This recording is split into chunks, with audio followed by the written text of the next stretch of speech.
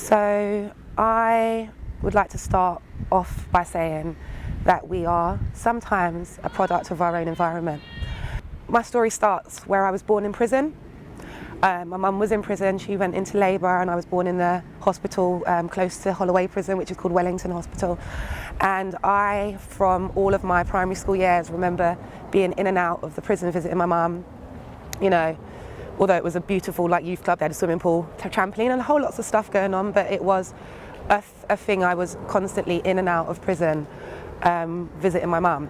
And not knowing and not bonding with my mum growing up as a child in those early stages, it impacted on my life in a way that, because I heard stories of my mum and I heard of what she had done, and I heard that she was a bad woman and that used to beat up men and beat up police officers, and she was just, you don't mess with my mum, you know, that I felt that was the way to be. I felt that was a way that, you know, you gain respect, and I felt that was a way that, you know, you have to be, because I didn't know my mum, and that's what I was living up to. So I had times where I was, you know, a very angry young girl, never in my class, never in my lessons. And the school at the time, in my primary school, they actually supported me and they understood what was going on. They understood that my mum was in prison, they understood what I was going through, and they supported me every single step of the way. I got excluded a few times, but they never expelled me. Literally, they kept me blanketed and they kept me supported, and they understood what I was going through. So I went to secondary school. I carried on with my anger quite a bit. You know, I would hang out with the bad girls and all of that sort of stuff, and I ended up actually doing the most horrific thing I'd ever done. When I was in year 8, I had a best friend that used to live underneath me from when I was in nursery, from primary school, from a very young age, and she was my best friend at home, but she wasn't my best friend at school, because I was kind of like ashamed of her a little bit. And I remember one time they came in to introduce her to my primary school, and I saw her get introduced, and I wasn't in my class, I was in the nursery, and they come to introduce her in, and I hid behind the bookshelf because I didn't want anybody to know that I knew her. Anyway, she followed me on to my secondary school, and, you know, me and my bad girl crew, she had an argument with one of my friends, and we ended up attacking her and beating her up. And I, myself, and this was my best friend, I ended up being the one that done the most damage to her. I stood on her ribs, and I stood on her ribs and broke her ribs, and I got excluded from school, and I was, you know, obviously for many different reasons, I ended up getting kicked out of school at that point, and I ended up going to a centre.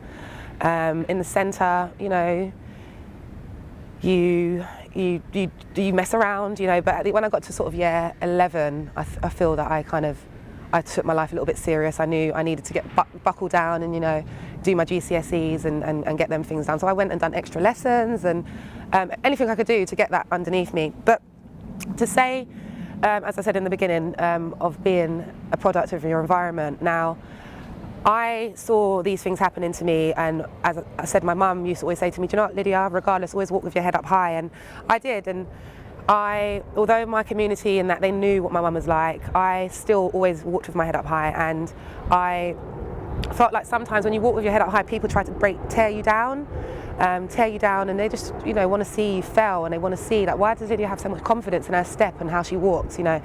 So I had 2 occasions where I was hanging around with some girls who were slightly older than me. There was about 15, 16, I was about 12 at the time.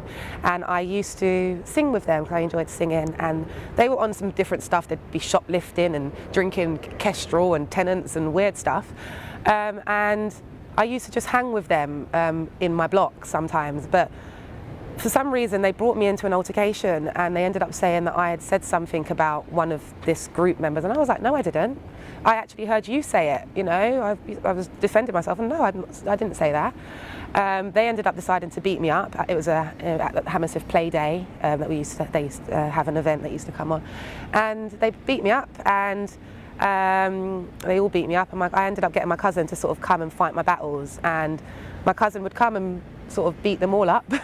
She beat them all up, and they literally knew that they couldn't come to sort of retaliate again to me without knowing that my cousin would be there to defend me. So One occasion, one of the girls, she was really angry. She was angry that she kept on getting beaten up by my cousin. She just wasn't having it anymore. So she brought her big brother, and she got her big brother to pull my cousin to the side, and she had a broken glass bottle in her hand. And I actually saw the broken glass bottle in her hand. But you know, sometimes when you see these things unraveling in front of you, you don't really check, or really, that doesn't really sink in. You just, you know, your adrenaline's rushing and all of that sort of stuff. So once my cousin was removed from the scenario, the girl started fighting me, obviously with the intent to slice me. And I got up and was told, Lydia, your face is bleeding. And I had to go to hospital to get about 14 stitches in the side of my face, which was obviously quite harrowing. But at that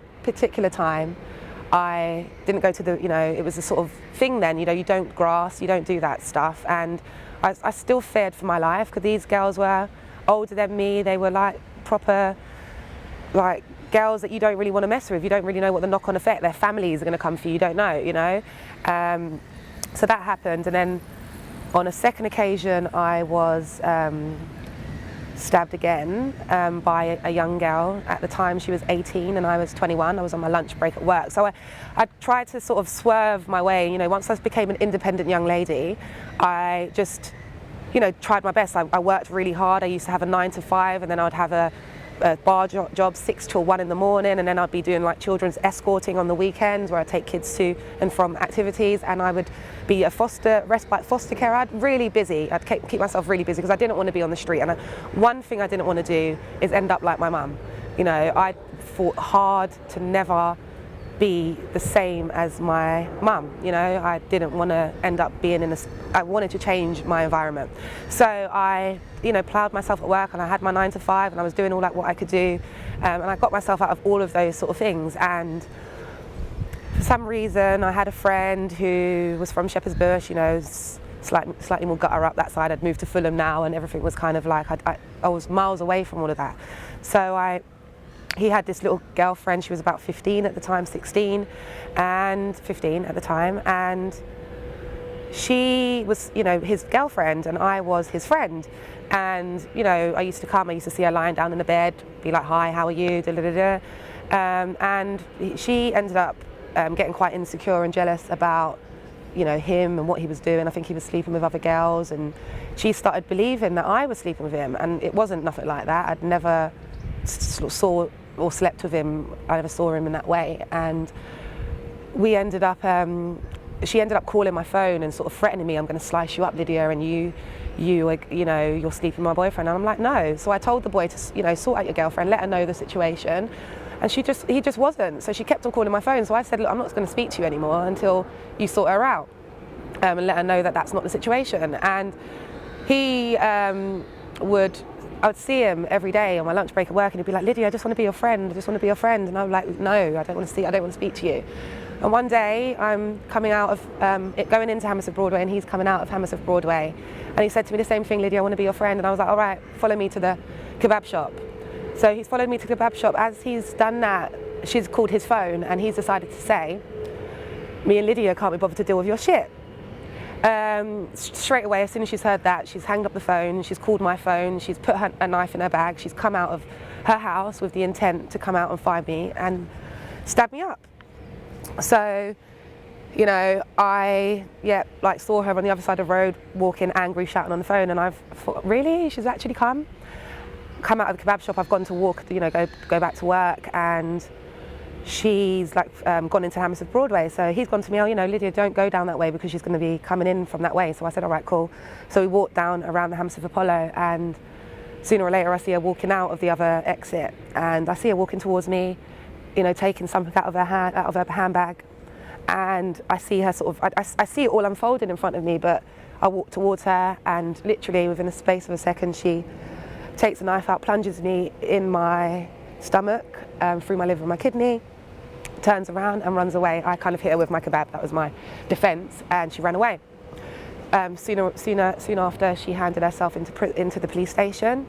She ended up getting 12.5 years in prison. Now, this girl, when we went to court, we you know, she, you know, came out, it seemed not fazed about the whole scenario. And I'll tell you, if it was me that had done something to anybody like that, and I'll go back to the scenario with the girl that I ended up stamping on her ribs. Now, the moment that Facebook was invented and I had the opportunity to add any of my school friends or anybody like that, I searched and searched and searched and searched for this girl. And all I wanted to do was say sorry, you know, because I couldn't live with the fact that I'd done that to somebody. You know, so I did. I had the opportunity once Facebook came to add her. I found her and I was like, Rosie, please forgive me for what I'd done. And she was like, Lydia, I forgive you. So I, myself, I'm quite a remorseful person, and I'm also quite a forgiving person. So when this girl was on the dock, straight away I've forgiven her, because I felt that she ruined her life over a boy.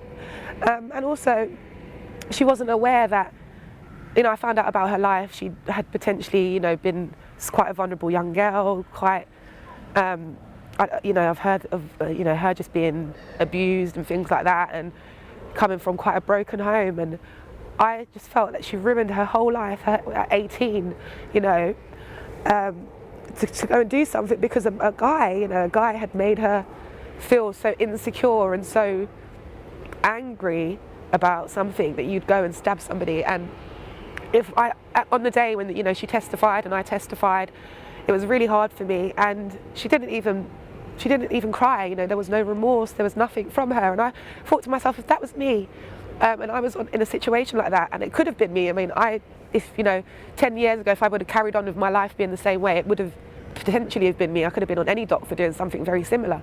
So I thought, if that was me in a scenario like that, I would literally write you a letter. I would have pleaded with the judge that, you know, please let me say sorry to this lady. Please let me let you know the reasons to why I ended up doing this. You know, my life growing up wasn't easy, you know, and I don't know any better, you know, but she didn't understand what she had gone through and what led her to that. So for me, I forgave her straight away, you know, because I just thought, how sad, you know.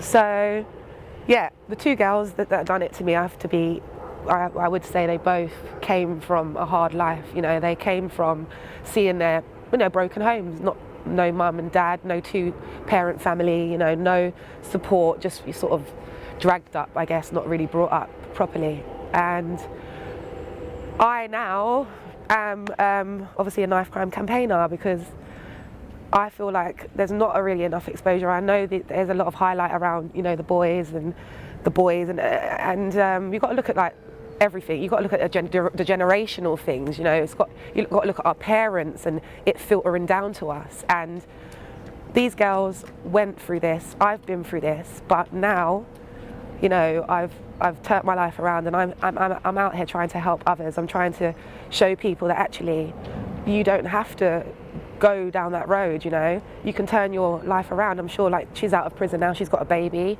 you know, she spent 6.5 years in prison, but she hopefully has a view in hopefully, you know, being a better person now. And I have, and I've done so much work on myself. I've done my counselling. I talk about any opportunity that I've got to talk about my story, to make other people feel that actually, although you hit rock bottom, although although I've died, I've seen my life flash in front of my eyes. Now I've got an opportunity to do all that I can to help others.